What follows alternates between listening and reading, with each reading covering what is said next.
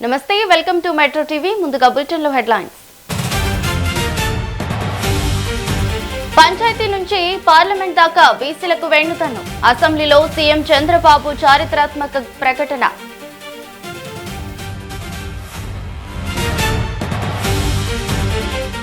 22A భూములపై CM Revanth కీలక సమీక్ష 2 రోజుల్లో ప్రైవేట్ భూముల పరిశీలనకు ఆదేశం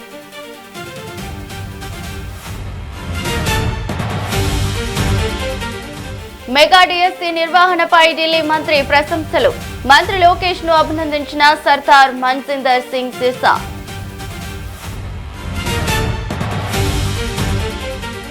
కేసీ వేణుగోపాల్ కు చిన్నారెడ్డిపై మేఘారెడ్డి ఫిర్యాదు వ్యాఖ్యలపై కఠిన చర్యలు తీసుకోవాలని కోరిన మేఘారెడ్డి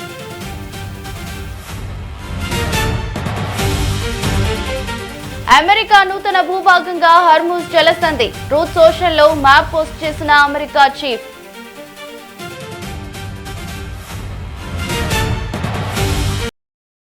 ఆంధ్రప్రదేశ్ ముఖ్యమంత్రి చంద్రబాబు నాయుడు అధ్యక్షతన కేబినెట్ సమావేశం నిర్వహించారు. ఈ భేటీలో రాబోయే స్థానిక సంస్థల ఎన్నికలు, బీసీ రిజర్వేషన్లు, పురపాలక పాలన సంస్కరణలపై కేబినెట్ కీలక నిర్ణయాలు తీసుకుంది. స్థానిక సంస్థల ఎన్నికల్లో బీసీలకు తగిన ప్రాధాన్యత కల్పించేందుకు గాను గ్రామీణ ప్రాంతాల్లో 34%, పట్టణ ప్రాంతాల్లో 33.13% రిజర్వేషన్లు అమలు చేసే దిశగా చర్యలు చేపట్టాలని నిర్ణయించారు. అలాగే మున్సిపల్ పాలనలో పారదర్శకతను పెంచేందుకు మున్సిపాలిటీల చైర్మన్లు, కార్పొరేషన్ల మేయర్ల పదవులకు ప్రత్యక్ష ఎన్నికలు నిర్వహించాలని కేబినెట్ ఆమోదం తెలిపింది.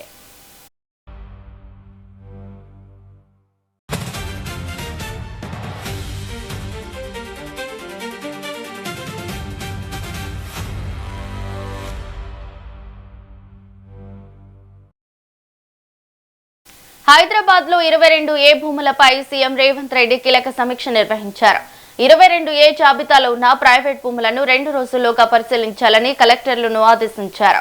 పరిశీలనలో భూమి ప్రైవేట్ ఆస్తిగా తేలితే వెంటనే రిజిస్ట్రేషన్ చేయాలని సూచించారు.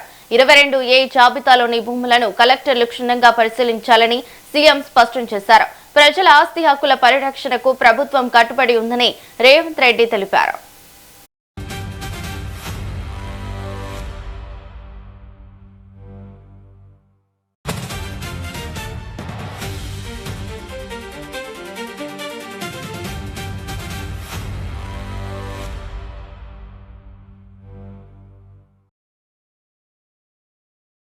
ఏపీ శాసన మండలి సమావేశాల్లో డిఎస్సీ వేడి కొనసాగింది. ప్రశ్నోత్తరాల సమయంలో వైసీపీ ఎమ్మెల్సీలు నాదాలు చేశారు. సభను అడ్డుకునే ప్రయత్నం చేశారు. తొలుత డిఎస్సీపై చర్చించి ఆ తర్వాత ఇతర అంశాలపై చర్చిద్దామని ప్రతిపక్ష నేత బొత్స సత్యనారాయణ అన్నారు. ఆయనకు అంతే ఘాటుగా జవాబిచ్చారు మంత్రి పయ్యావుల కేశవ్.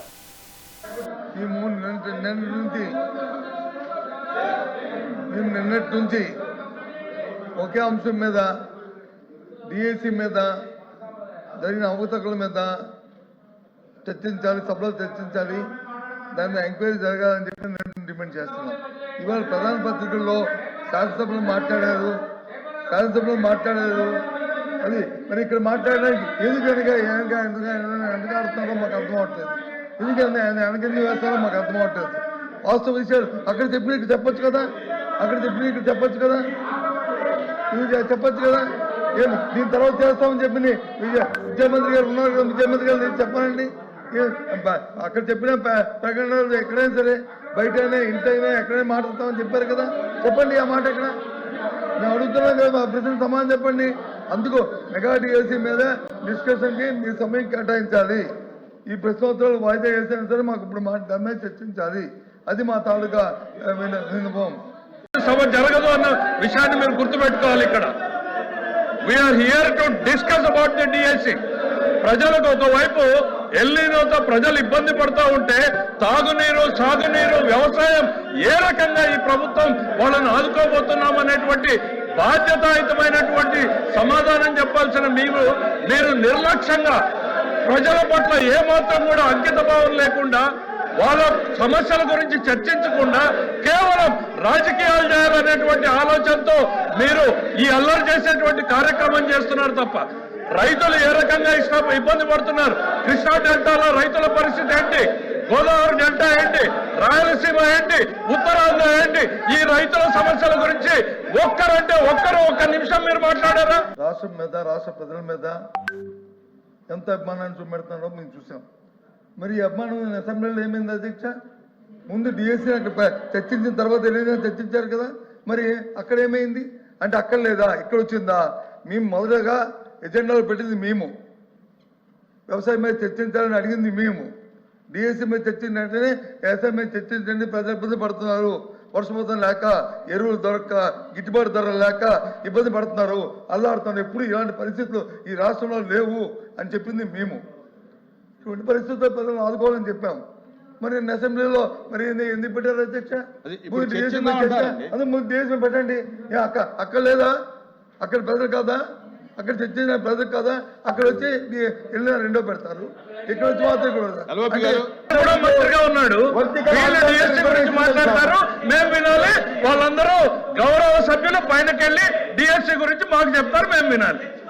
అరే తెలుగుదేశం అంటేనే డిఎస్సీ 1 కాదు, 2 కాదు, 3 కాదు, 4 కాదు, 14 సార్లు డిఎస్సీ ఇచ్చింది తెలుగుదేశం పార్టీ. మీరేమిచ్చారు? ఒక్కటి కూడా ఇవ్వలేదు. మనుషులకు కాస్త ఆలోచన ఉండాలి.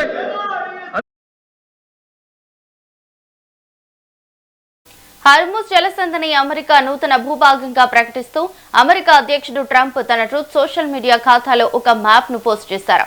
ఇరాన్ తో కుదిరిన 60 రోజుల అవగాహన ఒప్పందం గడువు ముగిసిన మరుసటి రోజే ఈ కీలక పరిణామం చోటు చేసుకుంది.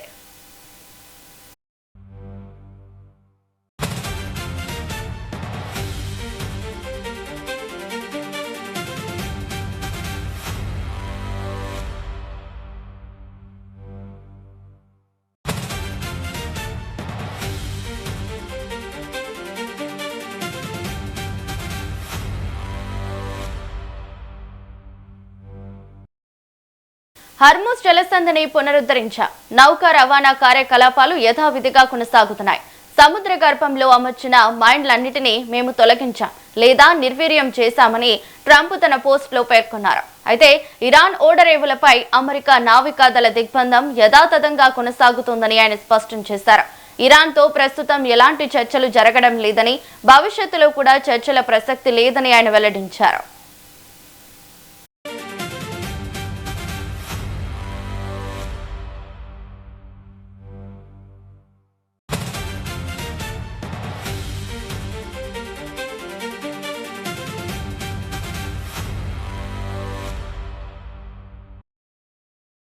కాగా ట్రంప్ ప్రకటనకు క్షేత్రస్థాయిలో వాస్తవ పరిస్థితులకు మధ్య పొంతన కుదరడం లేదని విశ్లేషకులు భావిస్తున్నారు.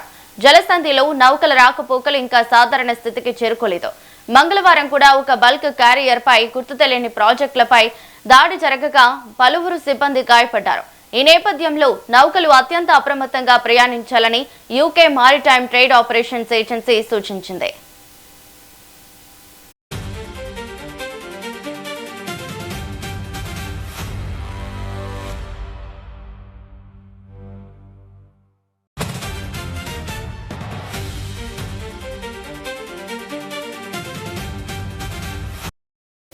ఇక ట్రంప్ ప్రకటనను ఇరాన్ తీవ్రంగా ఖండించింది. కేవలం ఒక సోషల్ మీడియా పోస్ట్ తో జలసంధిని స్వాధీనం చేసుకోవడం పగటి కలేనని ఇరాన్ ఉప విదేశాంగ మంత్రి కజెం గరీబాబీ ఎద్దేవా చేశారు. ఇక తమ షరతులు పూర్తిగా నెరవేరే వరకు జలసంధి తెరుచుకునే ప్రసక్తి లేదని Iran parliament speaker Mohammad Bagher Ghalibaf స్పష్టం చేశారు. ఇక అమెరికా కొత్త భూభాగం అంటూ ట్రంప్ సంచలన పోస్ట్ పెట్టారు.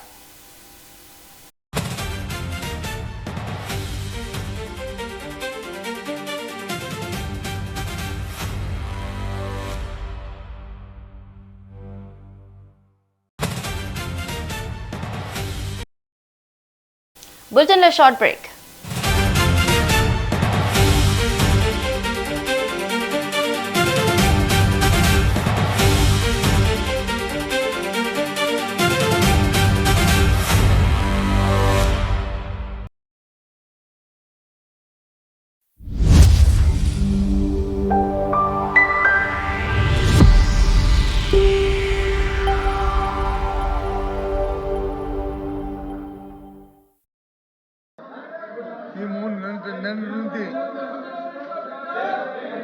నిన్నటి నుంచి ఒకే అంశం మీద డిఎస్సి మీద జరిగిన అవకతవకల మీద చర్చించాలి, సభలో చర్చించాలి, దాని ఎంక్వైరీ జరగాలని చెప్పి నేను డిమాండ్ చేస్తున్నాం. ఇవాళ ప్రధాన పత్రికల్లో శాసనసభలో మాట్లాడారు అది మరి ఇక్కడ మాట్లాడడానికి ఎందుకు ఎందుకు ఆడుతున్నారో మాకు అర్థం అవట్లేదు. ఎందుకంటే ఆయన వెనకెందుకు వేస్తారో మాకు అర్థం అవట్లేదు. వాస్తవ విషయాలు అక్కడ చెప్పిన ఇక్కడ చెప్పొచ్చు కదా, ఇది చెప్పొచ్చు కదా. దీని తర్వాత చేస్తామని చెప్పి ముఖ్యమంత్రి గారు ఉన్నారు కదా, ముఖ్యమంత్రి గారు నేను చెప్పానండి. అక్కడ చెప్పిన ప్రకటనలు ఎక్కడైనా సరే బయటైనా ఇంటైనా ఎక్కడైనా మాట్లాడతామని చెప్పారు కదా, చెప్పండి ఆ మాట ఎక్కడ. నేను అడుగుతున్నాను కదా, మా ప్రెసిడెంట్ సమాధానం చెప్పండి. అందుకు మెగా డిఎస్సి మీద డిస్కషన్కి మీరు సమయం కేటాయించాలి. ఈ ప్రశ్నోత్తరాలు వాయిదా వేసినా సరే మాకు ఇప్పుడు దాని మీద చర్చించాలి. అది మా తాలూకా విన్నపం. సభ జరగదు అన్న విషయాన్ని మీరు గుర్తుపెట్టుకోవాలి. ఇక్కడ we are here to discuss about the DSC.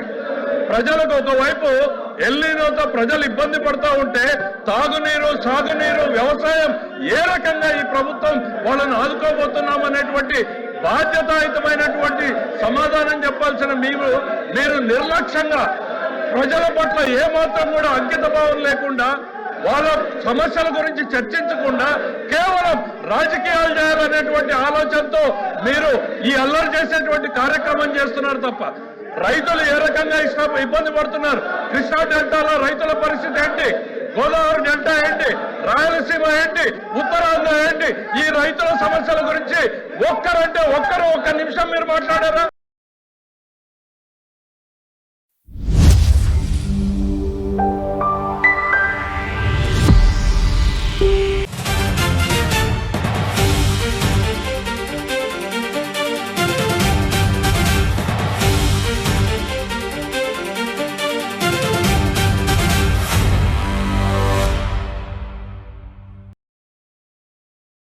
Welcome back.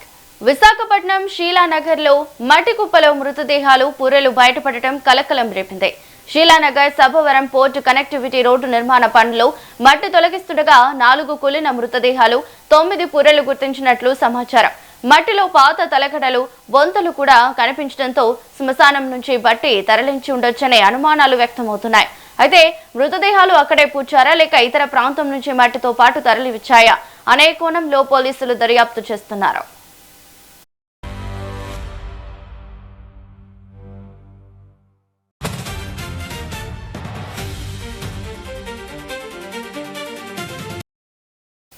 ఇక మృతదేహాలు అక్కడే పూడ్చారా లేక ఇతర ప్రాంతం నుంచి మట్టితో పాటు తరలివచ్చాయనే కోణంలో పోలీసులు దర్యాప్తు చేపట్టారు. ఇక ఇదే అంశంపై పూర్తి డీటెయిల్స్ మా ప్రతినిధి ఈశ్వర్ ఫోన్ ద్వారా అందిస్తారు. ఈశ్వర్, చెప్పండి. థ్యాంక్ యూ రౌలి. మట్టి కుప్పలో 4 మృతదేహాలు బయటపడడం విశాఖలో కలకలం రేపింది. షీలానగర్ జంక్షన్ వద్ద నిర్మాణంలో ఉన్న షీలానగర్ సబ్బవరం పోర్టు కనెక్టివిటీ రోడ్డులో పనులు జరుగుతున్న సమయంలో ఒకేసారి ఈ మృతదేహాలు లభించాయి. అయితే మట్టిని లారీల్లోకి నింపుతున్న సమయంలోనే కూలీలు ఈ మృతదేహాలను గుర్తించారు. ఆ డంపర్ లారీల్లో మట్టిని వేస్తుండగా కుప్పలో శవాలు కనిపించడంతో అక్కడ వారు బెంబేలెత్తిపోయారు.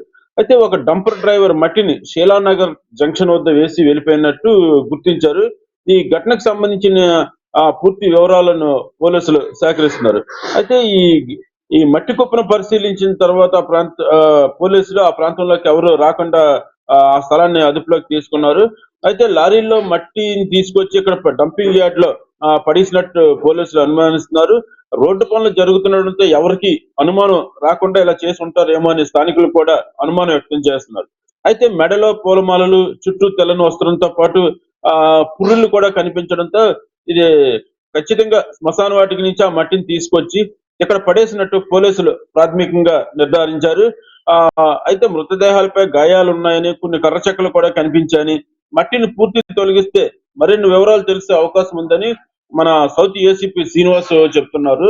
అయితే ఈ మట్టి మరో కోణంలో కూడా ఈ మట్టిని ఎవరు ఎక్కడ తరలించిన విషయమే సమీపంలోని ఆ టోల్ గేట్ వద్ద సీసీ కెమెరాలను కూడా పోలీసులు పరిశీలిస్తున్నారు.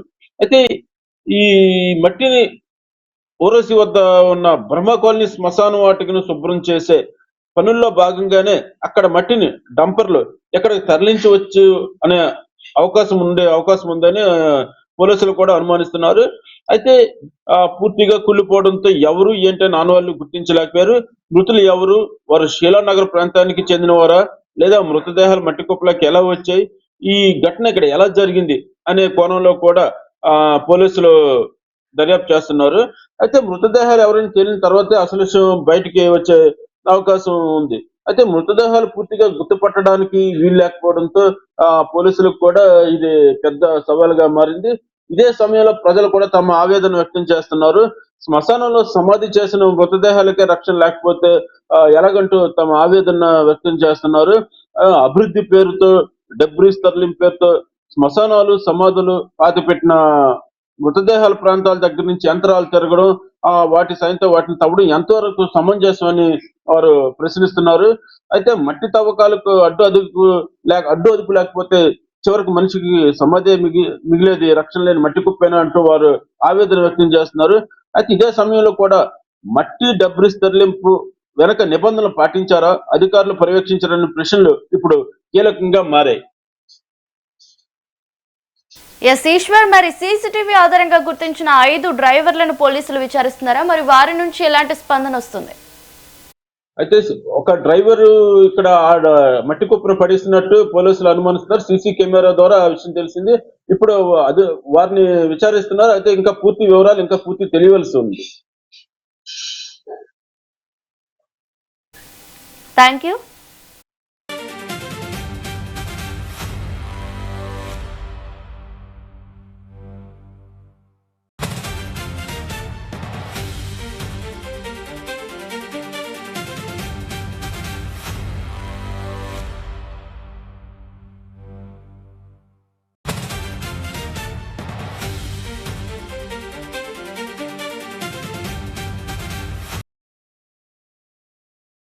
బీజేపీ జాతీయ కార్యవర్గంలో తెలంగాణకు ప్రాధాన్యం దక్కలేదన్న అంశంపై ఎమ్మెల్యే రాజా సింగ్ స్పందించారు. జాతీయ కార్యవర్గంలో తెలంగాణకు ఎందుకు ప్రాధాన్యం ఇవ్వలేదో రాష్ట్ర నాయకులు ఆలోచించుకోవాలని సూచించారు. తెలంగాణ బీజేపీ నేతలు గ్రూపు రాజకీయాలను వీడి అందరూ కలిసికట్టుగా పనిచేయాలని పిలుపునిచ్చారు. బెంగాల్లో పార్టీ నేతలు ఏ విధంగా పనిచేశారో తెలంగాణలోనూ అదే విధంగా పనిచేయాలని అన్నారు. ఇప్పటికైనా తెలంగాణ నాయకులు తమ వైఖరిని మార్చుకోవాలని రాజా సింగ్ సూచించారు.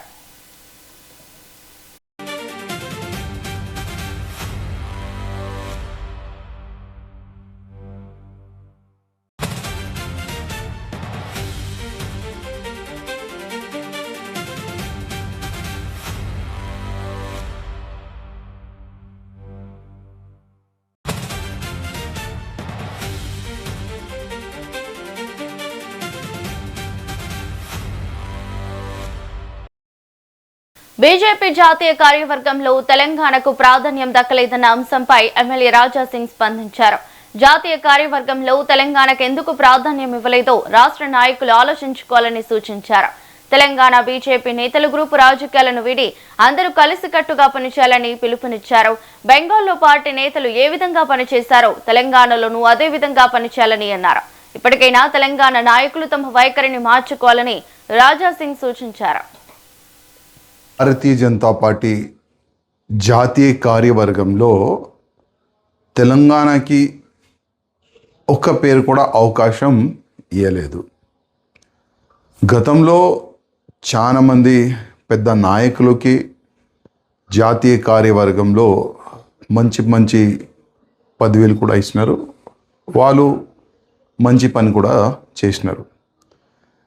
కానీ ఈ కొత్త నితిన్ నబీ గారు ఒక కొత్త సైన్యం తయారు చేసినారు. ఎట్టి పరిస్థితిలో ప్రతి ఒక్క రాష్ట్రంలో భారతీయ జనతా పార్టీ స్ట్రాంగ్ కావాలి, భారతీయ జనతా పార్టీ గవర్నమెంట్ రావాలని ఒక మంచి ఒక యుద్ధం చేయడానికి సైన్యం తయారు చేసిండు. కానీ తెలంగాణ నుంచి ఒక్క కూడా పేరుని వాళ్ళు ఇంక్లూడ్ చేయలేదంటే మన తెలంగాణ పెద్ద నాయకులు ఒక్కసారి ఆలోచన చెయ్యాలి. ఎందుకంటే ప్రతిసారి గ్రూప్ రాజకీయం ప్రతిసారి కంప్లైంట్ ఢిల్లీకి వెళ్ళాలి, కంప్లైంట్ ఇవ్వాలి. ఈ పెద్ద నాయకులు కూడా అరే ఈ తెలంగాణ మన బీజేపీ అధికారులు మారరు, అందుకోసం వేరేకి అవకాశం ఇద్దామని ఆ విధంగా ఆ యాంగిల్లో వెళ్ళినారని నేను అనుకుంటున్నాను. కనీసం ఎప్పుడైనా మా తెలంగాణ నాయకులకి నా ఒక నివేదిక, మీరు ఈ గ్రూప్ రాజకీయంని పక్కా పెట్టి మనమందరం ఒక్కటే, మన లక్ష్యం ఒక్కటే. ఏ విధంగా బంగాల్లో భారతీయ జనతా పార్టీ గవర్నమెంట్ రానికి అందరూ ఒకటై ఒక యుద్ధం చేసినారు. దాని తర్వాతనే బంగాల్ అట్లాంటి రాష్ట్రంలో కూడా భారతీయ జనతా పార్టీ గవర్నమెంట్ వచ్చిందంటే అక్కడ గ్రూపిజంని పక్కా పెట్టి ఇది నా పార్టీ, ఇది నా రాష్ట్రం, నా రాష్ట్రంలో భగవా రాజ్యం రావాలి, కాశం రాజ్యం రావాలని ఒక సంకల్పం వాళ్ళు పెట్టుకొని యుద్ధం చేసిన తర్వాతనే బంగాల్ అట్లాంటి రాష్ట్రంలో బీజేపీ గవర్నమెంట్ వచ్చింది.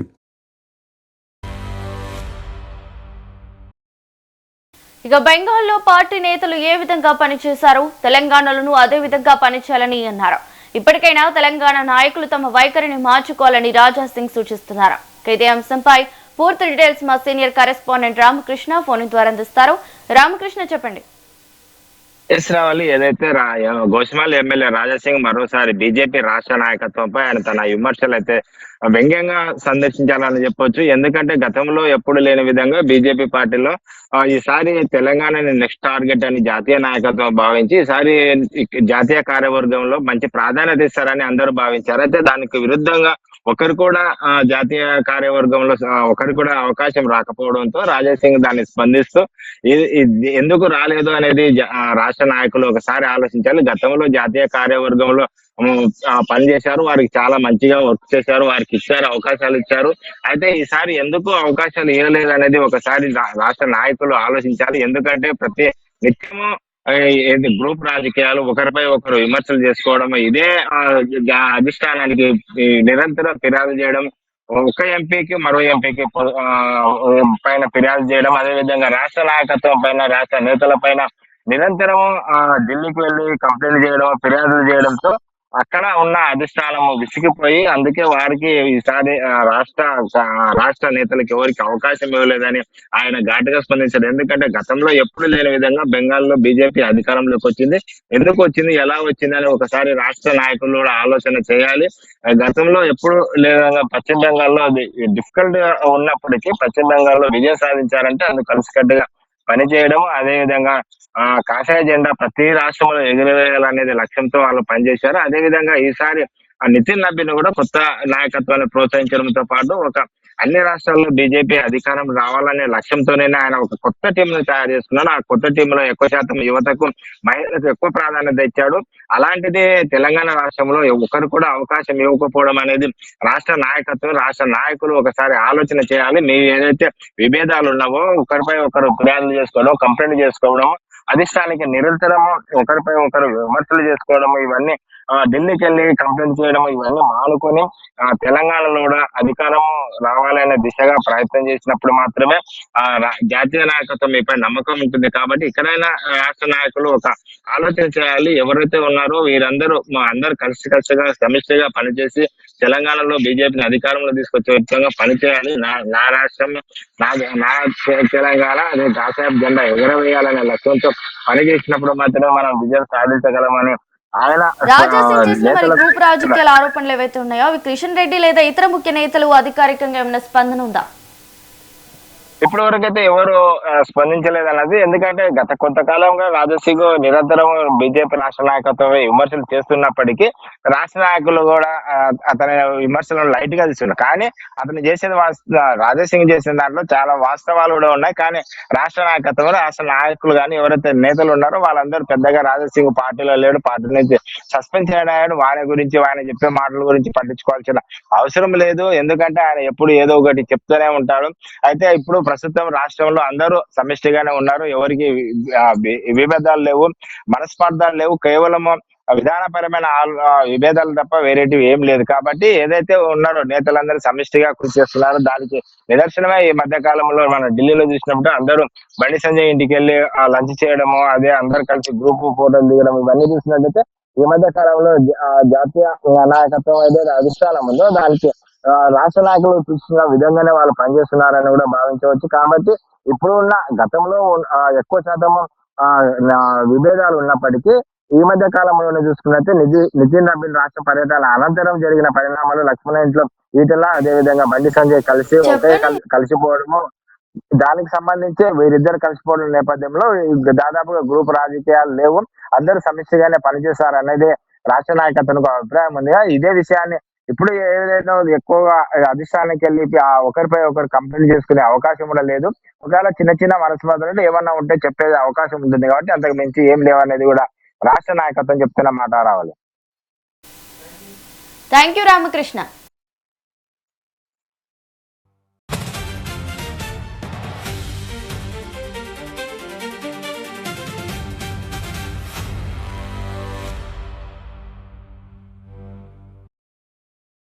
కాంగ్రెస్ పార్టీలో చిన్నారెడ్డి ఎమ్మెల్యే మేఘారెడ్డి మధ్య వివాదం ముదురుతోంది.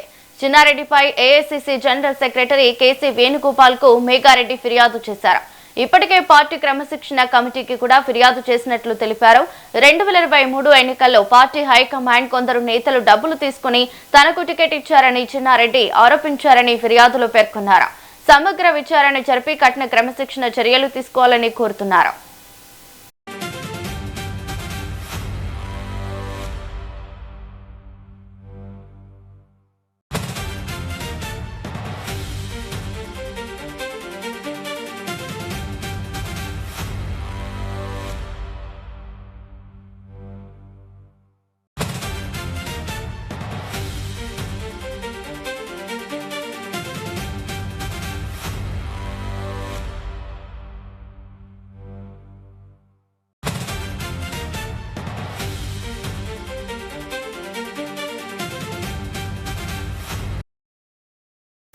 మెగా డిఎస్సీ వ్యవహారం ఏపీ రాజకీయాల్లో హీట్ పెంచుతోంది. డిఎస్సీపై చర్చకు రావాలంటూ వైసీపీ అధినేత జగన్ కు మంత్రి నారా లోకేష్ మరోసారి సవాల్ విసిరారు. జగన్ సమాధానం కోసం రెండో రోజు ఎదురు చూస్తున్నామంటూ లోకేష్ సోషల్ మీడియాలో పోస్ట్ పెట్టారు. హ్యాష్ జత చేస్తూ జగన్ పై విమర్శలు గుప్పించారు. డిఎస్సీపై చర్చకు తాను సిద్ధంగా ఉన్నానని, జగన్ మాత్రం అసెంబ్లీకి రావట్లేదంటూ ఆరోపించారు.